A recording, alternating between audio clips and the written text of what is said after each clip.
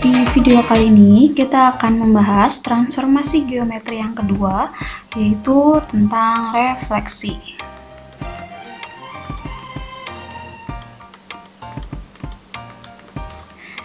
Refleksi ini bisa kita artikan sebagai pencerminan. Nah, kalau kita ilustrasikan, misal nih, ada suatu objek yang bercermin, misalkan objeknya, kemudian ini cerminnya, maka bayangan dari objek tersebut akan berada tepat di depan objeknya. Dan jarak antara objek dengan cermin, kemudian jarak antara cermin dengan bayangan, itu pasti sama. Kalau misalkan jaraknya A, sini juga A. Nah, nanti untuk pendekatan yang akan kita gunakan dalam refleksi itu adalah dengan pendekatan koordinat. Oke, refleksi yang pertama yang akan kita bahas yaitu refleksi terhadap sumbu X. Nah, sebelumnya di SMP ataupun di kelas 10 kalian sudah mengenal ya tentang koordinat kartesius. Koordinat kartesius ini akan nanti kita gunakan untuk memudahkan kita dalam merepresentasikan refleksi atau pencerminan.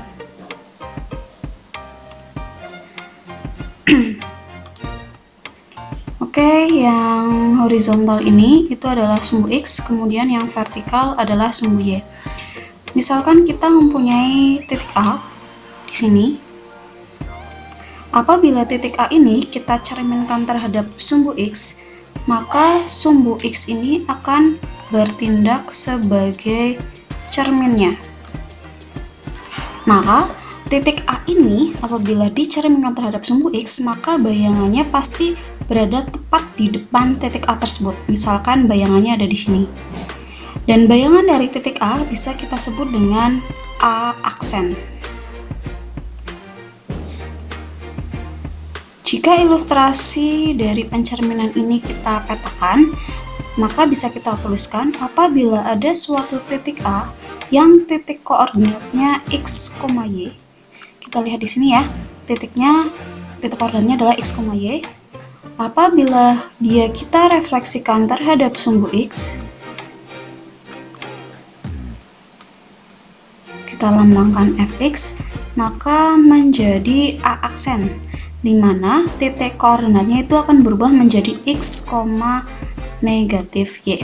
Dari mana kok bisa menjadi X, negatif Y? Kita lihat di ilustrasi yang sebelumnya.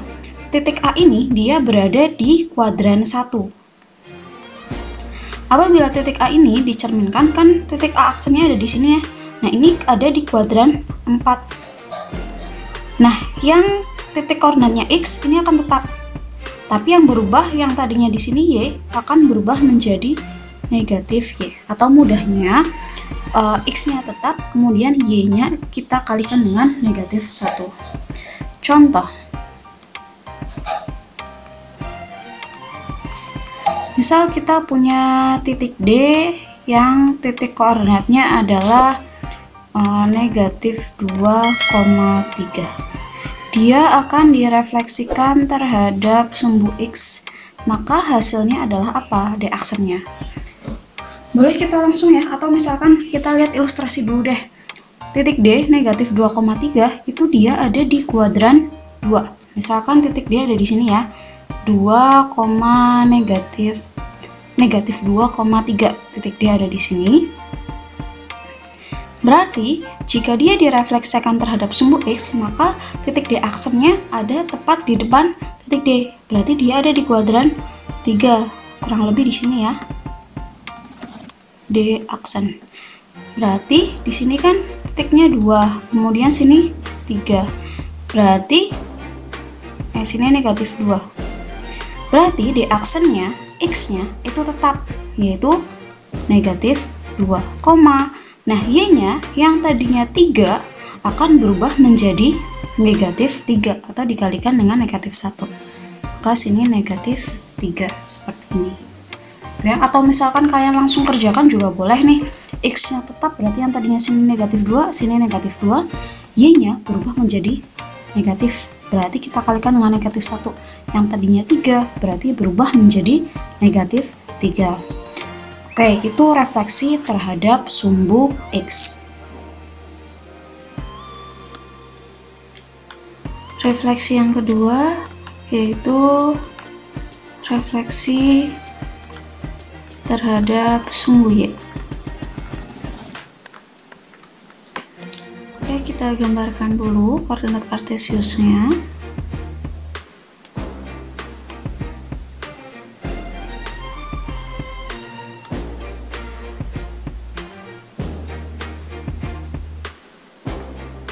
Masih sama ya, berarti ini dia sumbu X, kemudian sumbu Y.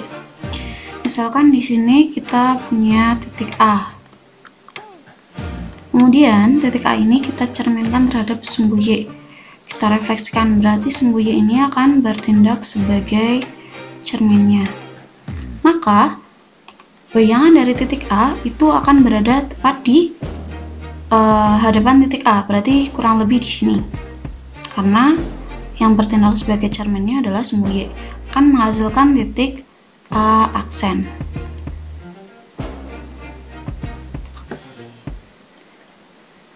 Berarti kalau misalkan dia titik A-nya ada di kuadran 1, berarti bayangannya ada di kuadran 2. Seperti ini.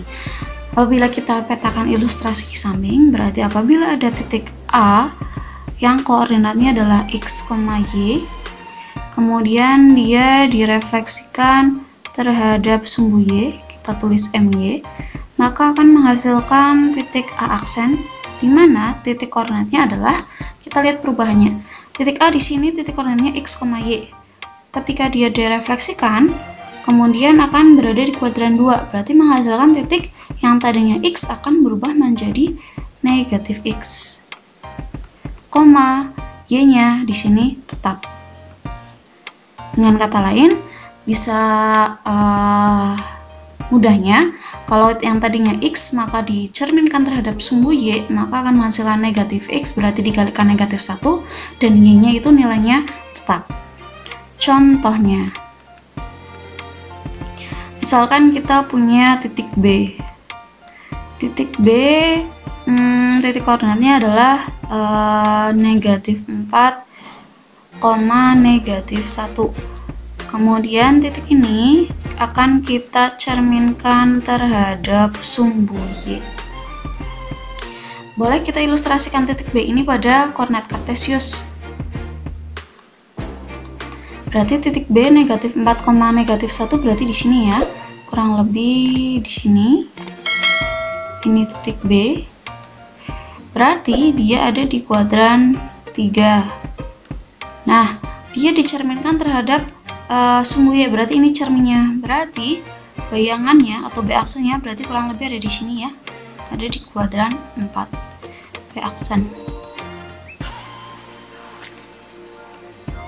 Seperti ini. Berarti kalau kita tuliskan titik koordinatnya, berarti B aksennya itu sama dengan B-nya yang tadinya di sini negatif 4, karena berpindah di sini berarti dia menjadi 4. Nilai X-nya berubah ya. Yang tadinya X menjadi negatif X, berarti yang tadinya negatif 4 berubah menjadi 4. Y-nya di sini nilainya tetap. Ini yang di sini nilainya tetap, yaitu negatif 1.